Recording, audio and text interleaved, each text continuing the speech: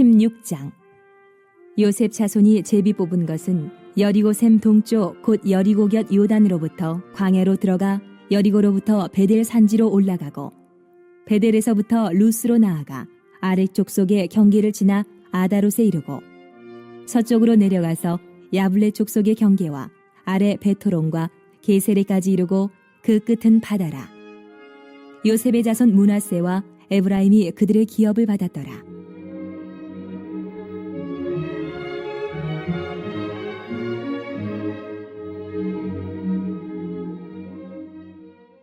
에브라임 자손이 그들의 가족대로 받은 지역은 이러하니라. 그들의 기업의 경계는 동쪽으로 아다롯 아딸에서 윗 베토론에 이르고 또 서쪽으로 나아가 북쪽 믹무다에 이르고 동쪽으로 돌아 다하낫 실로에 이르러 야노아 동쪽을 지나고 야노아에서부터 아다롯과 나아라로 내려가 여리고를 만나서 요단으로 나아가고 또 다부아에서부터 서쪽으로 지나서 가나 시내에 이르나니 그 끝은 바다라. 에브라임 자손의 지파가 그들의 가족대로 받은 기업이 이러하였고 그 외에 므낫세 자손의 기업 중에서 에브라임 자손을 위하여 구분한 모든 성읍과 그 마을들도 있었더라. 그들이 게셀에 거주하는 가나안 족속을 쫓아내지 아니하였으므로 가나안 족속이 오늘까지 에브라임 가운데에 거주하며 노역하는 종이 되니라. 오늘 읽으신 16장 그리고 내일 또 새벽에 또 이어서 읽으신 17장은 특별히 이스라엘의 12지파 중에서 요셉 자손에게서 말미암은 두 지파죠. 바로 에브라임 지파와 그다음에 므낫세 반지파. 그 나머지 반지파는 이미 요단 동편 땅을 차지하게 되었고요. 그래서 에브라임 지파와 므낫세 반지파에 대한 이제 땅 분배의 말씀이 이제 오늘 16장 그리고 내일 17장에 걸쳐서 쭉 말씀하고 있습니다. 그래서 먼저 6장 16장 1절부터 오늘 이 4절까지 이렇게 보시면 이제 에브라임 지파와 또 므낫세 반지파가 받을 땅 전체를 대략적으로 이렇게 소개하고 있는 그런 내용이 나옵니다. 여기 보면은 여러 가지 지명이 이렇게 나오는데, 그러니까 지도를 보면서 또 이렇게 확인해 보면 좋은데 이제 지도가 없는 관계로 이제 간단하게 소개를 드리면 이제 이들이 차지하게 될 땅은 여리고샘 동쪽 지역입니다. 즉 동쪽 사해바다 지역 쪽으로부터 시작을 해서 쭉 서쪽으로 가다가 이제 지중해 쪽 게셀이라고 하는 지역에 이르기까지가 바로 요셉 자손 즉 에브라임과 므낫세 반지파가 받을 기업이다. 먼저 이렇게 대략적으로 소개하고 있습니다. 그러니까 굉장히 좀 상당히 넓은 그런 땅을 기업으로 이 요셉 자손들이 이렇게 받게 되었다는 것인데요. 근데 이렇게 드넓은 땅, 넓은 정말 풍성한 이런 땅을 요셉의 자손들이 이렇게 받게 된 이유가 있어요. 요셉은 여러분들이 잘 아시는 대로 야곱의 11번째 아들이었죠. 그런데 하나님께서 특별히 이 요셉을 많이 사랑하셨습니다. 그리고 많이 높이셨어요. 그래서 심지어 애굽의 총리의 자리까지 그를 이렇게 세워주셨고 또 그를 귀하게 그렇게 사용해 주셨죠. 자, 그리고 이제 야곱의 입을 통해서 이제 요셉을 향해서 특별한 복을 이렇게 약속을 하셨었습니다. 자, 그 내용이 창세기 49장 22절에 나오는데 제가 읽겠습니다. 요셉은 무성한 가지 곧 샘 곁에 무성한 가지라 그 가지가 담을 넘었도다. 이렇게 이제 야곱이 축복을 해요. 여기 보니까 이제 요셉은 샘 곁에 무성한 가지라 이렇게 축복하면서 예언을 할 때 여기서 말하는 이 샘 곁에 무성한 가지 이 샘이 바로 요셉 자손이 받을 땅의 이 시작지인 바로 오늘 본문 1절에 이 여리고 샘을 의미하는 것이 아닌가 이렇게 말하는 다수의 신학자들이 있습니다. 이렇게 여리고 샘으로부터 시작한 가지가 점점 무성해져서 이 담을 넘었다라고 하는 표현은 이제 동쪽의 여리고 샘으로부터 시작해서 서쪽의 지중해 지역까지 쭉 가면서 이렇게 마치 가지가 담을 넘어서 길게 뻗어가는 것처럼 그렇게 요셉 자손들이 훗날 광활한 땅을 차지하게 될 것이라는 이러한 축복의 예언의 말씀인 것입니다.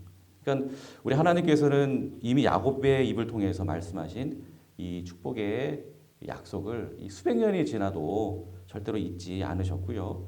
오늘 본문에서 비로소 이렇게 요셉의 후손들에게 이 풍성한 기업을 주심으로 완벽하게 성취해 주신 것이죠. 여러분, 우리도 마찬가지입니다. 우리가 오래전부터 이제 예수 안에서 하나님께 예수님의 이름으로 기도하고 간구했던 모든 것들, 즉 우리 주 예수님 안에서의 간절한 소망들은 우리 하나님 앞에서 절대로 하나도 땅에 떨어지지 않고 우리 하나님께서 다 귀 기울여 들으셨다가 여러분 다 기억하시고 그리고 때가 되면 요셉의 자손들에게 이렇게 응답하신 것처럼 반드시 저와 여러분들에게도 그렇게 응답하시는 신실하신 하나님이심을 기억하시고 여러분 오늘도 부단히 기도의 엎드림으로 약속의 하나님 앞에 이 소망의 씨앗을 부단히 뿌리실 수 있는 우리 모두가 되시기를 주님의 이름으로 축복합니다. 또 4절을 다 같이 한번 봉독해 보겠습니다. 자, 4절. 자, 시작. 요셉의 자손 므낫세와 에브라임이 그들의 기업을 받았더라. 이렇게 말씀합니다. 그래서 일찍이 야곱을 통해서 이제 축복을 이렇게 받은 사람은 요셉이죠. 요셉. 그런데 4절을 오늘 말씀 보면 요셉의 자손 므낫세와 에브라임이 그들의 기업을 받았더라. 그러니까 하나님께서 요셉에게 이렇게 축복을 주셨지만 그 요셉의 후손들인 두 지파가 그 축복의 기업을 받게 되었다라는 것입니다. 그러니까 우리 하나님의 축복은 여러분 절대로 부족하지 않습니다. 넉넉하게 그렇게 임합니다. 그래서 요셉 한 사람에게만 뿐만이 아니라 그의 가문과 그의 후손들과 그들의 공동체에 이르기까지 그 복이 이렇게 계속 흘러가게 하신다는 거예요. 그러니까 과거 하나님 앞에서의 요셉의 충성과 신실함은 단지 그 사람 한 사람에게만 그 사람의 어떤 개인적인 성공으로만 끝난 것이 아니라 세대를 넘어서 열매를 맺는 은혜로 그렇게 이어졌다는 것을 우리가 알 수가 있습니다. 그러니까 우리도 마찬가지죠. 하나님 앞에서의 나의 바른 어떤 신앙생활 그리고 나의 충성스러움, 나의 순종, 나의 신실함은 현재의 나 한 사람에게만 그렇게 영향을 주는 것이 아니라 내 자녀와 또 가정과 더 나아가 내 후손과 또 그 모든 공동체 전체에 이르기까지 아름다운 영향을 미치는 그러한 거룩한 유산이 되는 줄로 믿습니다. 그러므로 여러분 오늘도 기쁨으로 하나님 앞에서 요셉과 같이 최선을 다하는 신실한 주님의 성도들이 다 되시기를 주님의 이름으로 축원합니다. 그리고 이제 4절까지 이제 요셉 자손에게 주어지는 땅을 대략적으로 말씀하신 후에 이제 좀 더 구체적으로 요셉 자손 중에 두 지파 바로 에브라임과 므낫세 반지파가 받아서 누리게 될 그 기업을 소개하고 있는데 이제 5절부터 10절은 먼저 이제 에브라임 지파가 받을 기업에 대한 말씀이 나오고 또 이제 내일 월요일 새벽에는 이제 므낫세 반지파가 받게 될 기업이 또 소개되고 있습니다. 자, 우리 5절부터 8절까지 한번 읽어볼까요? 자, 시작. 에브라임 자손이 그들의 가족대로 받은 지역은 이러하니라. 그들의 기업의 경계는 동쪽으로 아다롯 아달에서 윗 베도론에 이르고 또 서쪽으로 나아가 북쪽 믹무다에 이르고 동쪽으로 돌아 다하나 실로에 이르러 야노아 동쪽을 지나고 야노아에서부터 아다롯과 나아라로 내려가 여리고를 만나서 요단으로 나아가고 또 다부아에서부터 서쪽으로 지나서 가나 시내에 이르나니 그 끝은 바다라.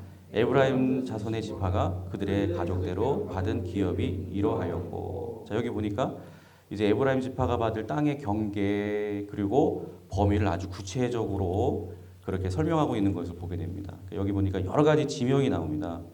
아다롯, 아달, 윗 베토론, 또 민무다, 디아나, 실로, 야노아, 아다롯, 나아라, 그다음에 여리고, 요단, 바부아, 또 가나시네.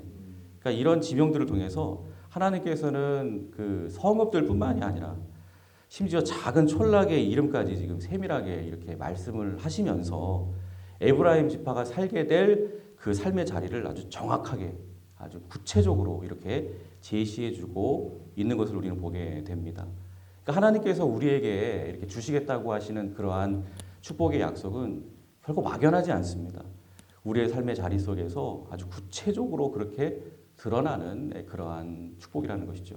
그러니까 내가 너를 축복하겠다 하시면 막연하게 그냥 두리뭉실하게 그냥 내가 너 축복할 거야 그러는 게 아니라 너에게 딱 맞는 자리, 너에게 딱 맞는 환경, 너에게 딱 맞는 사명, 또 너에게 딱 맞는 사람들까지 구체적으로 다 계획하셔서 이렇게 붙여주시는 분, 그렇게 해서 축복해 주시는 분이 바로 우리 하나님 아버지이신 줄로 믿습니다.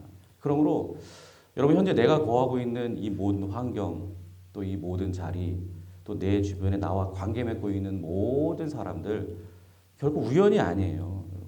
그러니까 나를 축복하시기를 원하시는 하나님의 구체적인 그러한 축복의 계획 속에서 하나님의 섭리 속에서 내가 지금 이곳에 있는 이 자리에 하나님이 머물게 하신 것이고 또 만나게 된 모든 사람들이라는 거예요. 그러므로 때론 지금 내가 머물고 있는 이곳 또 사람들과의 관계 속에서 뭐 때론 좀 힘들고 답답한 그러한 일들을 만날 때가 있죠. 그래도 아유 아니 어떻게 내가 어쩌다가 내가 이런 곳에서 이런 사람들과 내가 함께하게 되었나 이렇게 생각할 것이 아니라 하나님께서 나를 축복하시기 위해서 나를 이 자리로 인도하셨고 또 이 모든 분들을 만나게 하신 것이구나 이런 마음을 가지고 여러분들이 살아가게 되실 때 여러분들을 향한 하나님의 축복이 더 선명해지는 그러한 은혜가 우리에게 임하게 될 줄로 믿습니다. 그런데 마지막 이제 오늘 10절에 보시면 좀 안타까운 내용이 나와요. 다 같이 10절을 다 같이 봉독해 보겠습니다. 자, 10절 네. 예, 같이 우리 같이 한번 읽어볼까요? 예. 예, 다시 한번 감사합니다. 이렇게 열심히 읽어주셔서 다시 한번 10절 시작. 그들이 게셀에 거주하는 가나안 족속을 쫓아내지 아니하였으므로 가나안 족속이 오늘까지 에브라임 가운데 거주하며 노역하는 종이 되니라. 여기 보시면 이제 그들이 이제 여기서 말하는 그들은 에브라임 지파를 말하는 것이죠. 이 에브라임 지파가 특별히 이 게셀에 거주하는 가나안 족속을 쫓아내지 아니하였다 이렇게 말씀합니다. 그리고 그들을 자신들을 위해서 노역하는 종으로 이렇게 삼았다. 그러니까 의도적으로 쫓아내라고 하나님께서 명령하실 수에도 불구하고 자신들의 어떤 종으로 부려먹으려고 쫓아내지 않았다 이렇게 말씀을 하는데요. 이게 불순종이죠. 이건 정말 큰 불순종입니다. 우리 하나님께서는 앞서 이 출애굽기 또 신명기 여호수아의 말씀을 통해서 계속 누차 반복적으로 말씀하셨습니다. 명령하셨습니다. 너희가 들어갈 가나안 땅의 거민들을 반드시 다 진멸하라. 그러니까 진멸하라는 말은 하나도 남김없이 싹 없애라. 내쫓아라. 몰아내라. 그런 의미죠. 여러분 하나님께서 왜 이러한 말씀을 엄중하게 강조하시면서 그렇게 내리셨을까요? 그 이유는 정복해야 할 가나안 거민들의 이 정체성이 있습니다. 여러분 그들이 어떤 사람들이죠? 아주 지독한 우상 숭배, 하나님이 제일 싫어하시는 우상 숭배에 찌들어 있는 사람들이에요. 그 잘못된 우상 숭배에 빠져 있다 보니까 당연히 성적으로도 타락하고 도덕적으로도 굉장히 타락한 사람들인 것입니다. 그러니까 거룩하신 하나님과 하나님의 그 속성과는 전혀 맞지 않는 하나님과 절대 함께할 수 없는 그런 속성을 가진 자들, 그런 정체성을 가진 자들이 바로 가나안 거민들이라는 것입니다. 그래서 이 같은 정체성은 영적으로 보면요, 하나님의 사람들에게 있어서는요, 영적으로 굉장히 좋지 않은 영향력을 끼칠 수밖에 없죠. 마치 이 사람을 죽이는 암세포와도 같다 이렇게 비유할 수 있습니다. 여러분 암세포는요, 발견되면 싹 제거해야 됩니다. 완벽하게 깨끗하게 그렇게 진멸해야 되죠.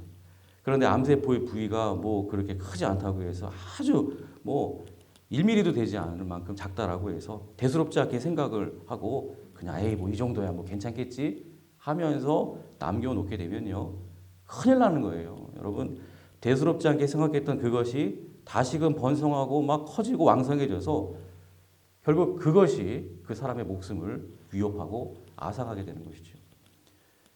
여러분 오늘 본문을 보세요. 이 에브라임 지파는 이 게셀의 사람들을 의도적으로 남겨놨습니다. 자신들의 종으로 삼기 위해서 이렇게 남겨놨다는 것이죠.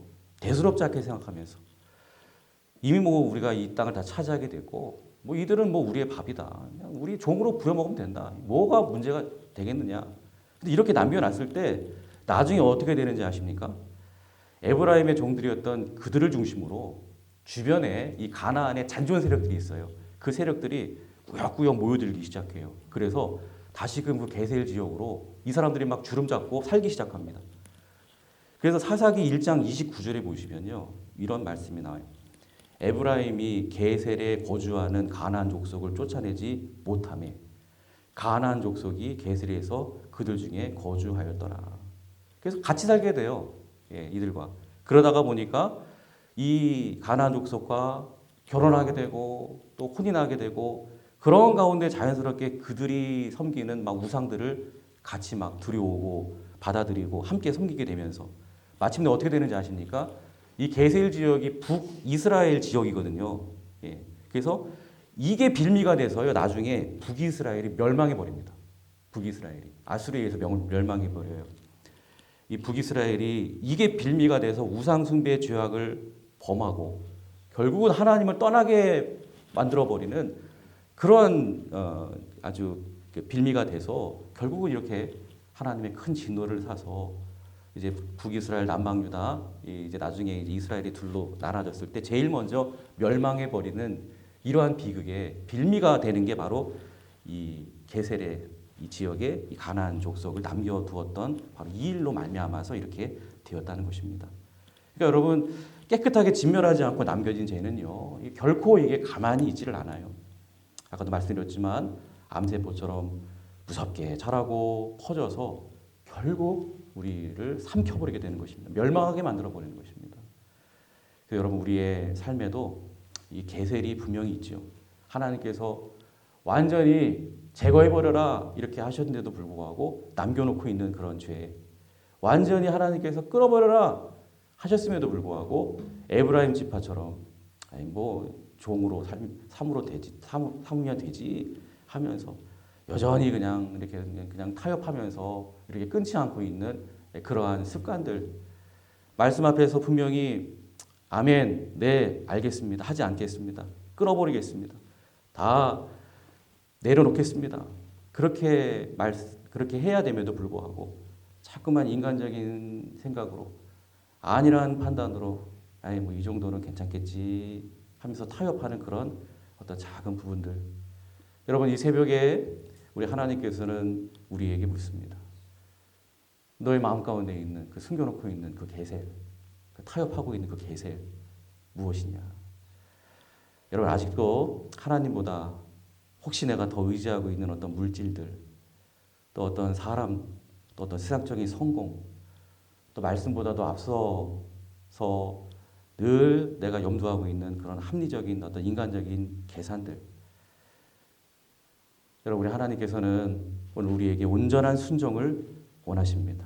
우리 안에 숨겨놓은 그 게셀 작은 부분 하나라도 깨끗하게 정리할 수 있는 이러한 순종을 여러분 이 새벽에 원하시는 줄로 믿습니다. 이 같은 주님의 바람을 여러분들 마음 가운데 품으시고 이 새벽에 기도하십시오. 하나님 아시죠? 제가 타협하고 있는 이 모든 게셀 이게 무엇인지 하나님 아시오니 힘을 주시옵소서. 성령 충만함으로 이것을 이제는 다 끊어버릴 수 있도록 깨끗하게 진멸할 수 있도록 성령님 도와 주옵소서. 기도하시며 승리하신 우리 모두가 되시기를 주님의 이름으로 축원합니다.